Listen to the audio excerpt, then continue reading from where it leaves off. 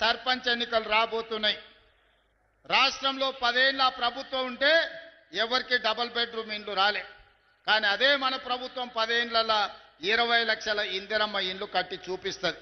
ఇవాళ మీకు ration card వచ్చినా, ఇవాళ మీకు సన్నబియ్యం వచ్చినా, ఇవాళ మీకు ఇందిరమ్మ ఇల్లు వచ్చినా, ఇవాళ మీకు సారె పేరు మీద చీర ఇందిరమ్మ చీర మీకు వచ్చినా, ఇవాళ మీకు 200 యూనిట్ల కరెంటు వచ్చినా, ఇవాళ మీకు 21,000 కోట్ల రైతు రుణమాఫీ జరిగినా, ఇవాళ మీకు రైతు భరోసా కింద 9 రోజుల్లో 9,000 కోట్ల రూపాయలు వచ్చినా, ఇవాళ నిరుద్యోగ యువకులకు మొదటి సంవత్సరమే 60,000 ఉద్యోగాలు వచ్చినా, ఇట్లా చెప్పుకుంటూ పోతే చాంతాడంత లిస్ట్ ఉంది.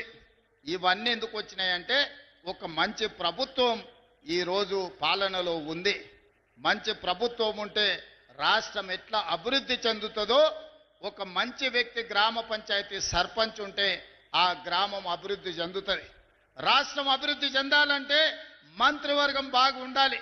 గ్రామం అభివృద్ధి చెందాలంటే గ్రామ సర్పంచ్ వార్డు మెంబర్లు మంచోళ్ళు ఉండాలి.